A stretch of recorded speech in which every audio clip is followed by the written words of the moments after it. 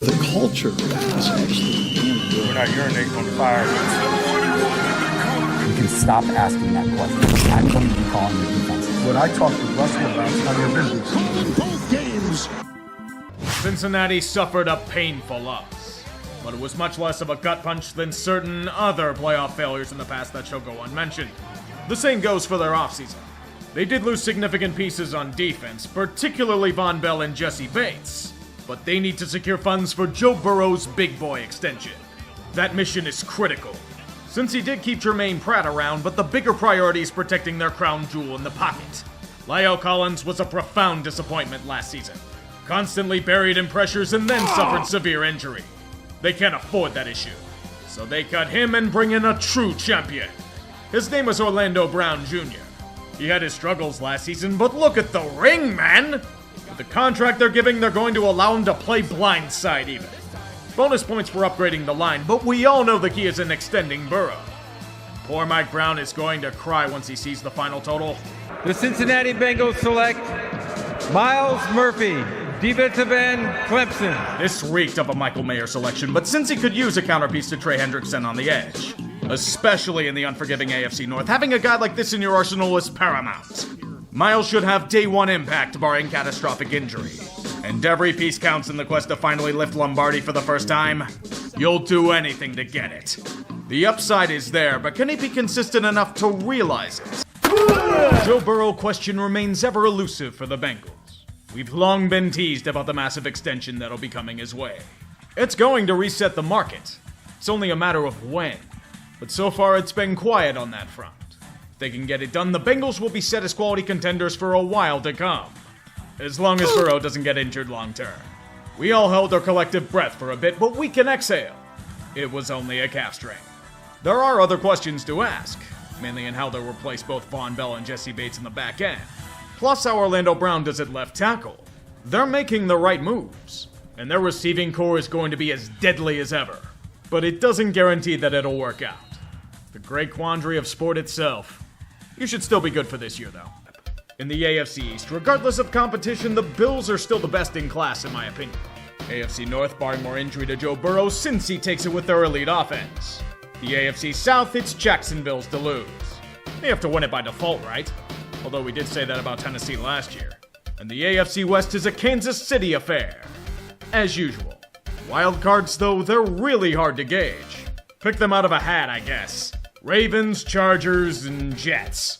Why Jets? Because this is usually how ridiculous it tends to be. Sue me. I'm sorry for all the teams I jinxed as always. I regret nothing. We did say it was going to be when, not if, Joe Burrow would be getting the big bucks. Everything has been lining up for this moment to happen. He'll be shattering records with his new deal. And the time has come for the Bengals to pay up. Back up the Brinks truck, boys! It's gonna be raining government greed. He's getting that Paycor money now, baby. 5 years with a $55 million AAP and $220 million guarantee. The quarterback position is secure with an elite talent for years to come. And it'll probably come with a new stadium to hold Cincinnati hostage with in the future as well. Now to see if the Bengals can find a way to keep T. Higgins around long term. That'll secure pretty much everything they need to make more runs. Burrow's first opponent on the docket? A bunch of elves. Little did the Bengals know that these elves had access to mithril armor and hid in the mystical woods. As Cincy slowly treks through the domain, it becomes a sequel to the Battle of Teutoburg Forest. Ambushed at every angle by slings of arrows, charging infantry and cavalry as they're whittled away one by one. The freshly paid General Burrow had generational levels of rust, unable to muster any counterattack against their foes' waves of attacks. The offense stymied under a litany of magic spells and alchemy alike. Joe Burrow was forced to retreat from battle with less than 100 yards passing, and the Browns celebrate a hard-earned win. Cleveland is Cleveland, huh? Nice bulletin board material, Jamar. Why not double down on it as those elves use you as target practice? Cincy, you are in deep fucking shit. Week 1 we can excuse as a fluke because a lot of weird things happen then. But for 2 games in a row, there's cause for serious concern. A few things out of the way. Yes, the Bengals are banged up. Yes, Joe Burrow still has some rust to shake off. Yes, this is probably an aberration to what they really are. But do you have any answers for the Ravens offense? They not only dominated possession, they boasted a balanced attack that Cincy seemingly couldn't stop. The Ravens also had some growing pains on offense, but with over 400 yards of it, they looked damn good here. Bursting out to a lead early and holding on for what remained.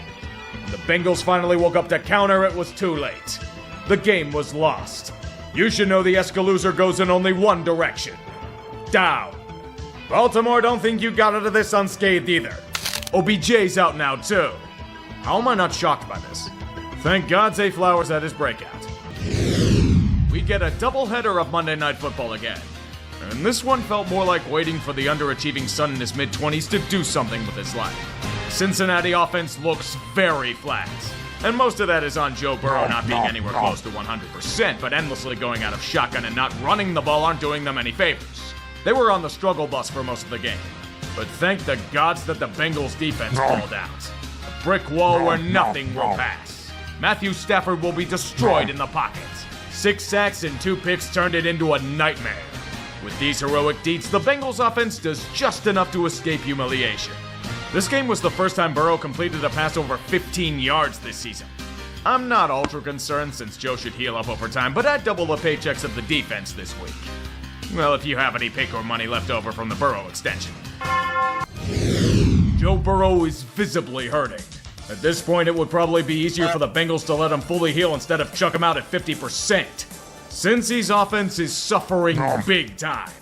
When your unit is worse than the goddamn Steelers in terms of points per game, that's a good sign to take a hard look at what you're doing. Mainly, why the hell are you trying to do things like you have a healthy Burrow? Of course Tennessee's going to take advantage of it. Worse, you don't even get the Herculean efforts of an overperforming defense to save the day. Not when King Henry's around, rumbling and destroying everything in his sight as always. The Titans needed this after whatever the hell last week was. Now Cincy's spiraling, T. Higgins is hurt, and Jamar Chase is pissed. He's like Waffle House. He's always open.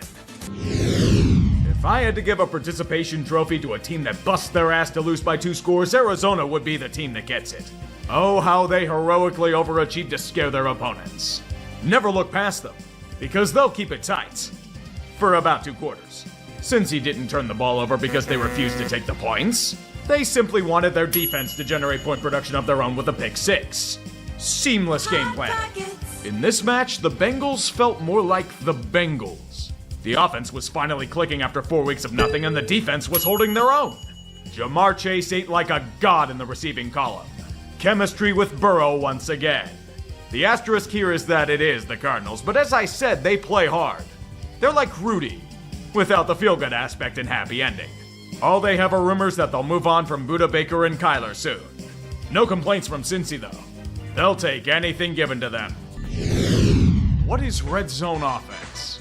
This is apparently one of the most pressing questions of the week if many games on the docket are to be considered. Seattle is supposed to have an offense that can execute in any given situation. Today they simply executed themselves at every conceivable opportunity. The Bengals offense did enough to start, but only proceeded to score 3 points in the final 40-plus minutes of the game. Seattle's defense had no problem stopping an injured Burrow and Zach Taylor's mystery box of goodies. But the Seahawks one-upped it with a masterclass of incompetence all their own. And it was in the red zone. Seattle had almost double the total yardage that Cincy had on the day, yet the end zone felt like a chastity belt. Nobody gets in, no one has the key. That second half was dog shit abound. Was it more Seattle having a terrible offense or the Bengals defense taking advantage of a weak offensive line and bad schematics? Is it both? The Seahawks should have won this game handily, but it was stopped every time because nobody can do anything in the modern NFL without express written consent. Except field goals and interceptions in the red zone, of course. It gets even more egregious, down by 4 deep in the 4th quarter. The red zone calls again. What do they get? Shipwrecked by the siren's call. God forbid the offensive tackles do their job and seal the edge. But wait, there's more failure to come. Cincy's offense has become pure shit, so Seattle gets another chance. And you bet your ass they fucked it up. You want to just stuff this offense in the trunk of a car and kick it off the pier. It's what this team deserves. You can't get past the Bengals defense, you're done. Bengals escape thanks to more Herculean efforts. That honestly sounds about right. 1 bad game is a fluke and can be ignored. 2 bad games is a streak and needs to be acknowledged. 3 bad ones in a row is a trend and requires deep concern. The 49ers have a lot to be worried about, and there's no place to directly point the blame.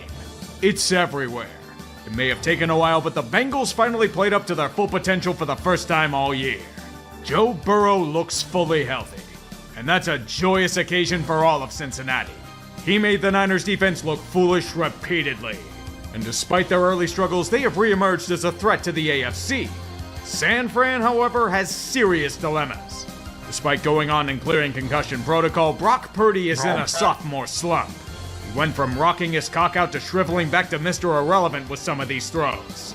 Do you see this? This is shit that will get a man benched in the XFL. You sure he's okay? Since he merely had to stand there and let the offense keep fucking up. San Francisco had chances to get back into the contest, yet since he refused to make mistakes, California sinks into the ocean with a decisive win. There is some positive news, Niners fans. You may have lost your third in a row, but Christian McCaffrey maintained his touchdown streak. I won! Although meaningless victories are still victories. This is a makeup match nearly 10 months in the making. Not only with DeMar Hamlin's return as an inactive player tonight, but the divisional matchup where Buffalo just looked lost and outmatched. In the grudge match, Buffalo looked just as lost and outmatched as last time. What do you say about a team that has tried everything to get over the hump but continually runs into potholes? Sometimes the same ones as before. Yes, a lot of it has to do with injuries, but it just feels like things have gotten stale. The Bengals are looking like a different class of team, simply besting them in most facets. If you're the Bills, it's panicking time. Especially with that schedule coming up. With how Cincy just toyed with them most of the game. It's been almost half a decade and the offensive game plan is still solely Josh Allen. They've never evolved. And unless he turns into a fire god, the team suffers. He can't do every single damn thing on the team. Trust me, he tried to will them back into the match, but can he play defense? Of course not. Cincinnati bests their nemesis once again. And as they've won their fourth in a row, we can safely say they're back. Mostly coincides with Burrow's health, but still a sight for sore eyes. Now on to the next challenge. Everyone expected the Bengals to be an upstart franchise, but the Texans? Definitely out of left field, but with CJ Stroud, anything's possible. At least until Cincy's defense stops a pivotal 4th and 1 near their goal line. That's unfortunately all the luck they'll get to start the match. For whatever reason, the Bengals offense is going 3 and out in an endless amount of drives. And the Texans unit takes advantage any way they can. Stroud is cementing his name among the potential elite of the NFL. By driving the Texans to a 20-7 lead, it's still a stunning development to us all. The good thing here is that the Bengals found this to be their wake-up call, and would unleash the might of their offensive attack. It mainly involves Jamar Chase being always open and scampering for big touchdowns. Houston has a counter, though. More offense. CJ Stroud does CJ Stroud things as David Tepper sits somewhere in Carolina fuming. Mike Brown is probably somewhere in a press box fuming as well. Joe Burrow somehow turned into a turnover magnet. I don't get it either, but 2 straight drives with picks. They'll need a miracle, and they get one. A big interception thanks to a defender using an invisibility spell. Or at least I hope it was that. Touchdown Bengals, 3-point game. Predictably, Houston must punt because we can't have a calm ending ever. One rule, never fuck with Tyler Boyd. He lays low when Jamar eats all the attention. Hell, just watch him dominate again. And Burrow to the air, to the end zone. Boyd! It's probably the first time I've seen Tyler Boyd fuck up like that. Figures. Gives Houston a chance as they can only tie the contest. I hate to be the bearer of bad news, but did you see what CJ Stroud did last week? He'll do close to the same today. Quickly dissecting the defense to field goal range. And all they need is a kick by newly signed Matt Amendola. Off the practice squad for the lead, and it is good! It's not Daria Gunbawale, but I'll accept it. Houston continues their meteoric rise from the ashes with an equally meteoric win. Who knew the key to restarting the Escalooser was a team creating weapons out of sticks and stones? Remember, it's not about the quality of the weapon. It's in the precision. That's why Cincy lies slain. You should know that no matter what teams they put on Thursday Night Football, it will be a terrible game. Even the ugly, brutal powers of the AFC North will be no match for what's on display here. Folks, this is what we call an injury bowl. Most players worth watching will deal with some form of ailment. In the case of Mark Andrews, an injury for the remainder of the season. Baltimore would use their balanced attack to pull away in the end to make this a lopsided contest, but there's a very good reason for it. Joe Burrow's wrist died along with Cincy, thus proving that we can have no nice things in this league. Jake Browning had thrown only one pass before this moment, their opponent all but wins by default. As the Ravens hunt for any remaining survivors on the Gus Bus, Logan Wilson will be playing a new game in the next night or two. Escape from Baltimore. After injuring 3 key players by playing football, the city will have him drawn and quartered if they find him. If only the loss were the worst thing the Bengals suffered this past week. When Joe Burrow started clenching his wrist, it was panicking time. With the calf injury that was ailing him, and him finally managing to get close to his true ability these past few weeks, things seemed to be looking up. Then came Baltimore. The moment he was unable to grip a football on the sideline, I knew shit was dire. Cincinnati, meet your worst case scenario. A season-ending wrist injury for Joe. A year of struggle and strife now turns into outright suffering. With Burrow not being on the injury report despite having a brace off the team plane, nothing else needs to be said. The Bengals needed Joe badly, and their future is now in the hands of Jake Browning, who will be making his first career start next week. Considering how it went against Baltimore, I'm gonna say this in the nicest way I possibly can. Cincy, you're fucked. I can't believe it. Actual offense for the Steelers in a regular season game. Thought I'd never see such a sight again. Using the middle of the field, throwing to Pat Freiermuth, spreading the ball around for a balanced attack. If it weren't for Deontay Johnson dropping an easy touchdown and giving 0 fucks during a fumble, they'd have far more than 3 points at half. Too bad Cincy's not at full strength. Jake Browning, he was not Joe Burrow. I'll just leave it at that. Still don't know why the hell they used him like he was Burrow, but if Zach Taylor wants to lose games, that's his choice. I'm more stunned that Pittsburgh's able to move the ball more than 10 yards most drives. Even the game clocks were stunned in solidarity. They're not scoring many points, I get that, but considering the hackery of Matt Canada these past few years, this is like watching the greatest show on turf. The Steelers hadn't had 400 yards of offense for the entirety of Canada's reign and then some. They broke that total in the first game after his ouster. Pittsburgh outgained an opponent for the first time all season. It's ridiculously damning. Why did the organization let this fester for so long? Without Canada, this was their most complete win in years. It's so fucking sad. This win may be against a broken team, but tonight we burn everything Canadian. Cincinnati's got a tough road ahead of them, especially considering they now have to travel to Duval to face a team gunning for the #1 seed in the AFC. The scriptwriters of this game chose not to give us the typical blowout fare, but to institute a few twists. The main one being that the Bengals would revive their sluggish offense under the might of Jake Browning? Now that's a twist worthy of Shyamalan. The man isn't just besting this Jaguars defense, he's mincing it into puree. Jacksonville's sitting around stunned. Our team can't stop this? It's a highly competitive game? Who knew that this matchup, one minus a franchise quarterback, would turn into a tense stare down before a duel? The fight continues on all tied up. But first, a football aneurysm. From the 25, this is Boyd. That's behind the line of scrimmage. He's looking to throw, and he throws a pick! Excuse me. What the fuck is this? You threw it right to the defender, man. Never, ever let Tyler Boyd throw a pass again. I think I suffered brain damage watching that. Jacksonville now has control of the game. Barely. Okay, here's the part where Duval manages to pull ahead and bury their opponents. The Bengals have had their fun. There's no other reason to let this drag out further. It's unfortunate that the Jacksonville defense never got this memo.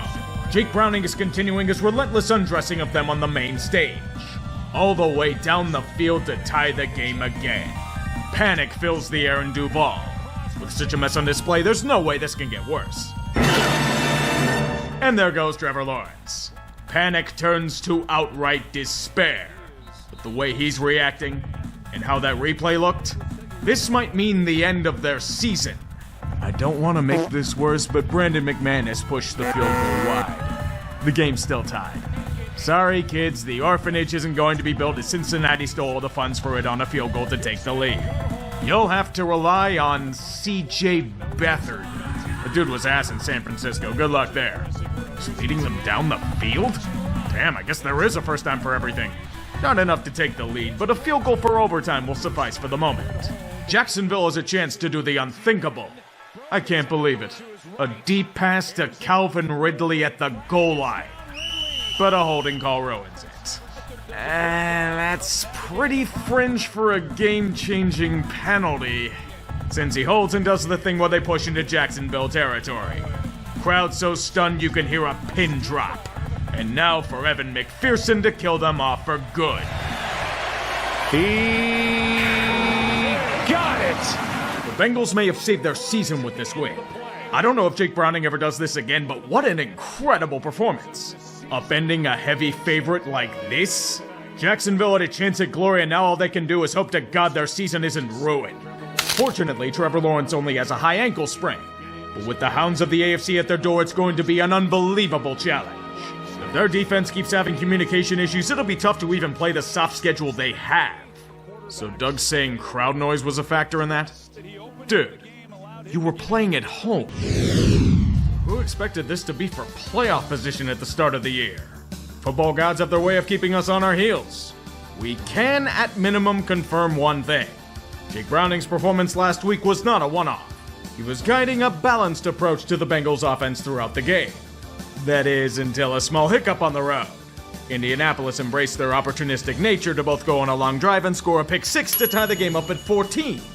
Now, only if they had the offensive talent to take advantage of such momentum and keep up with Browning. Too many mistakes in the second half. Gardner Minshew further epitomizes his role as a spot starter and the special teamers who punts. Opportunities slip away and the game drifts further and further from view. Once again, Cincinnati grasps onto their playoff hopes and refuse to let go. But they're still out of a spot right now due to tiebreaker. Indianapolis somehow is still the 7th seed. Pretty big game coming up against Pittsburgh, isn't it? With it being a home game and how bad they look, this should be manageable to win 5 of 6, right? Right, Colts? The Vikings are an experience. They cannot be described accurately without visual demonstration. If I were to simply regale you with tales of Minnesota madness, you would dismiss it as fiction. Have you heard the story of Nick Mullins? It's a messy one. Dobby the House Viking has been demoted to third stringer, yet the Vikings are running away with the matchup. Why they aren't? Nick Mullins.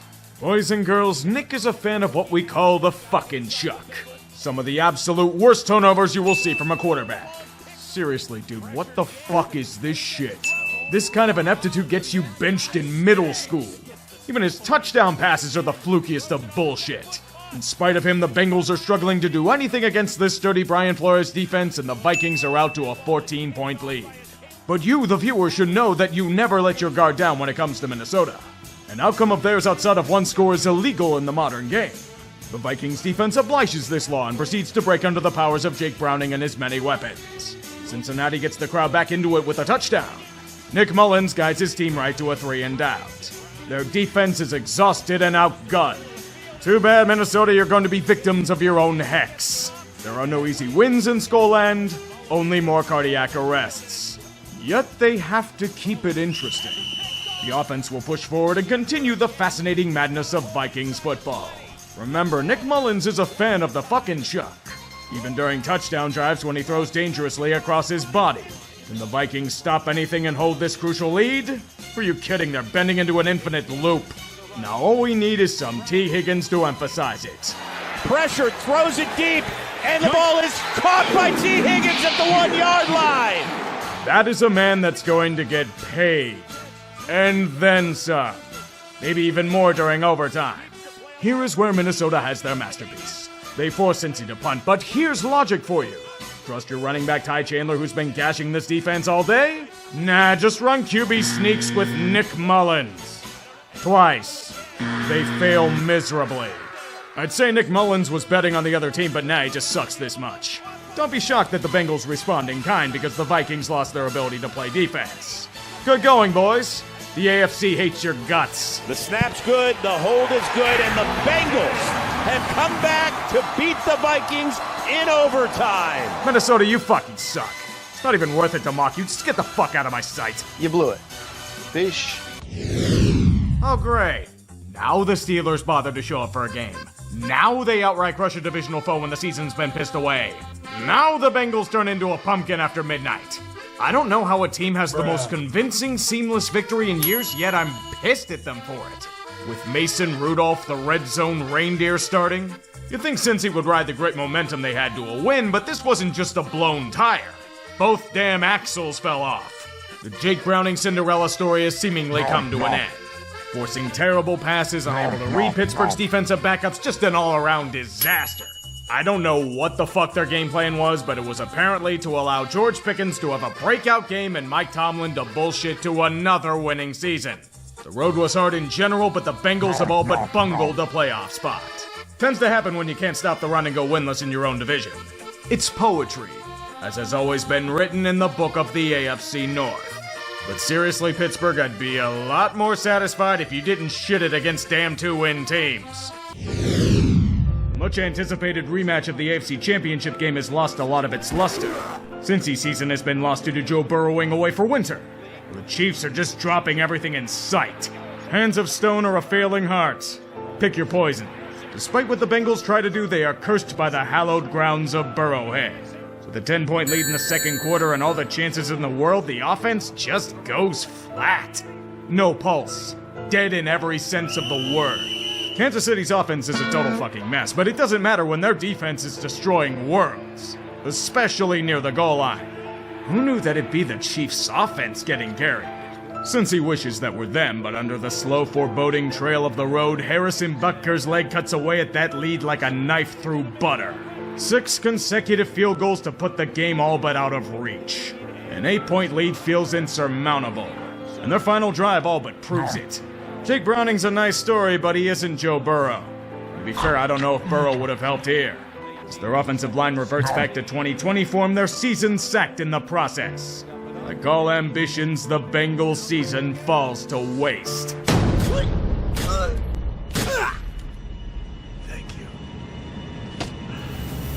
Cincy was on life support, but Kansas City didn't catch that. Like a lot of things.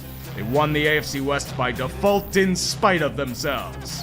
Just take it and fuck off. I figured this would be in the opposite scenario at the start of the year, but things are weird in 2024. The Browns are the ones resting their starters, which means that Cleveland's now starting their 5th QB of the season.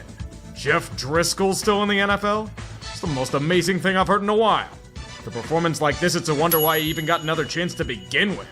Well, I guess it's another story to tell his grandkids in 50 years. When the Bengals look back, they'll want to drown this season in liquor and misery. This was as lost a year as you can get. Injuries, the sluggish start, and then the death knell when Burrow went down. Only the pondering of alternate outcomes. A dominating win means nothing more than every team in the AFC North finishing over 500 on the year.